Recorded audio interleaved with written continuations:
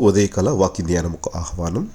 ఈరోజు వాక్యం కీర్తనలు 39:2. అయినను నా విచారము అధికమాయను.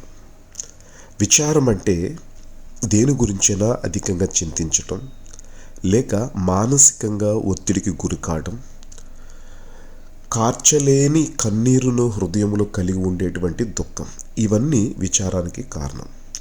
అయితే కొందరి జీవితంలో విచారము భౌతికంగా, మరికొందరి జీవితంలో మానసికంగా ఉంటుంది. భౌతికమైన విచారం కంటే మానసికమైనటువంటి విచారం చాలా ప్రమాదకరమైంది. అయితే లూకా సువార్త 8:14లో విత్తువాని ఉపమానంలో 3వ విత్తనం ఎక్కడ పడిద్ది అంటే 8వ వచనం 14వ వచనం.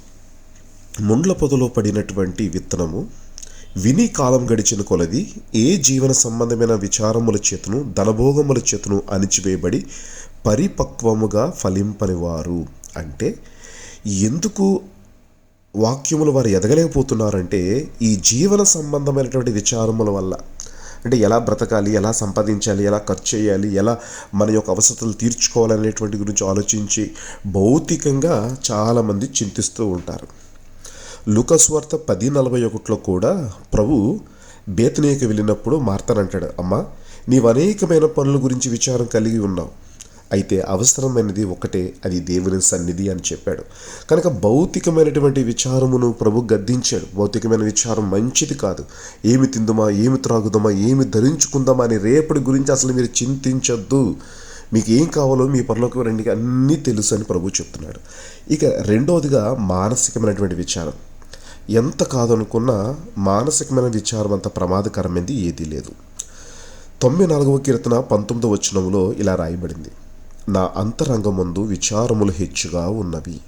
అంటే ఒక వ్యక్తి మానసికంగా ఎంత విచారంలో ఉన్నాడో వీటి వల్ల మనకు అర్థమవుతుంది.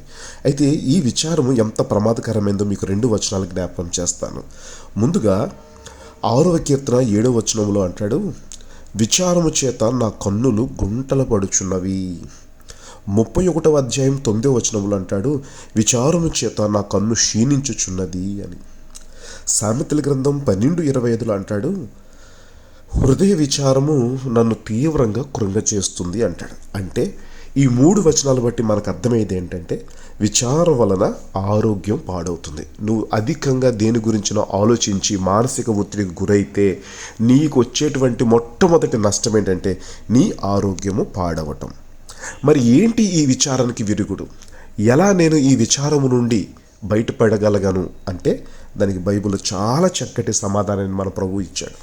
దానికి ఒకే ఒక్క విరుగుడు ఏమిటి అనంటే ప్రార్థన లేక ఉపవాస ప్రార్థన.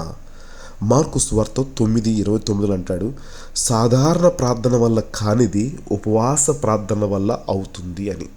ప్రార్థనే, ప్రార్థనలో శక్తి ఏమి ఉండదు, అసలు ప్రార్థనే శక్తివంతమైనది.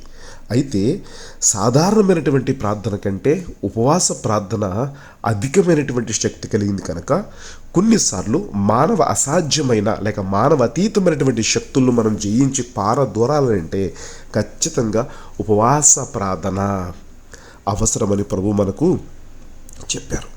మరో సందర్భం మీకు జ్ఞాపకం చేస్తాను. ప్రతి ఏటేటా దేవుని సన్నిధికి వెళ్ళి బిడ్డల కొరకు ప్రార్థిస్తున్నటువంటి హన్నా యొక్క ప్రార్థన దేవుడు ఎప్పుడు విన్నాడు? ఆమె మనోదుఃఖంతో ఉంది, ఈమె తాగేసి ఉంది, ఈమె మత్తురాలుగా ఉంది అని దైవజనటువంటి ఏలియే ఆమె గురించి కంగారు పడే పరిస్థితులకు వెళ్ళిందంటే ఆమె యొక్క విచారము లేక ఆమె యొక్క మనోదుఃఖం ఎంత తీవ్రంగా ఉందో ఆలోచించు. అయితే మరి ఆ విచారం ఎప్పుడు పోయింది? ఆమె మొక్కుబడి ప్రార్థన చేసుకుంది.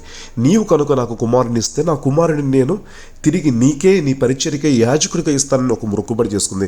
దాంతో ఏటేటా దేవుని మందిరానికి వెళ్ళి విచారించి ఉపవాసం ఉండి గోజాడేటువంటి ఆమె విడుదల పొందుకుంది. కనుక నా ప్రియమైన సోదరి సహోదరులారా, ఈ ఉదయం నా మాటలు వింటున్నటువంటి మీరు ఏ విచారం చేత ఉన్నారో, ఏ మానసిక ఒత్తిడికి గురై ఉన్నారో నాకు తెలియదు, కానీ ప్రభు ఒకే ఒక మాట చెప్తున్నాడు, నీ ప్రార్థన ద్వారా నీవు నీ విచారాన్ని పోగొట్టుకోవచ్చు. ప్రభువు మీద ఆధారపడి ఆయన మీద నువ్వు నమ్మిక ఉంచటం వల్ల నీ యొక్క ఒత్తిడి నుంచి నువ్వు బయటపడవచ్చు. కనుక ఒత్తిడికి లోనై ఒత్తిడి చేత నలిగిపోవటం దేవుని చిత్తం కాదు. ఆయన మీద ఆధారపడి అదే ఒత్తిడి నుంచి నువ్వు విడుదల పొందటం దేవుని చిత్తం. అట్టి కృపను దేవుడు ఈ ఉదయకాలం వింటున్న వారందరికీ కూడా దయచేయను గాక. ఆమేన్. చిన్న ప్రార్థన చేసుకుందాం. ప్రేమ కలిగిన మా తండ్రి పరిశుద్ధుడా, మీ మహాకృపను బట్టి ఈ ఉదయకాలము మీ బిడ్డల యొక్క జీవితంలో ఏదైతే వారికి మానసికమైన ఒత్తిడి గురి చేస్తుందో, ఏ విచారములు అయితే వారు కలిగి ఉన్నారో వాటన్నిటినీ ప్రభు నామమున ప్రార్థిస్తుండగా తీసివేయమని, ప్రార్థన శక్తి ద్వారా వారు వాటన్నిటిని జయించి నెమ్మది నిశ్చింత కలిగిన వారుగా ఉండటానికి సహాయం చేయండి. ఎవరి మనసు నీ మీద ఆనుకున్నానో వారిని పూర్ణ శాంతి గలవానిగా చేస్తానన్నావు.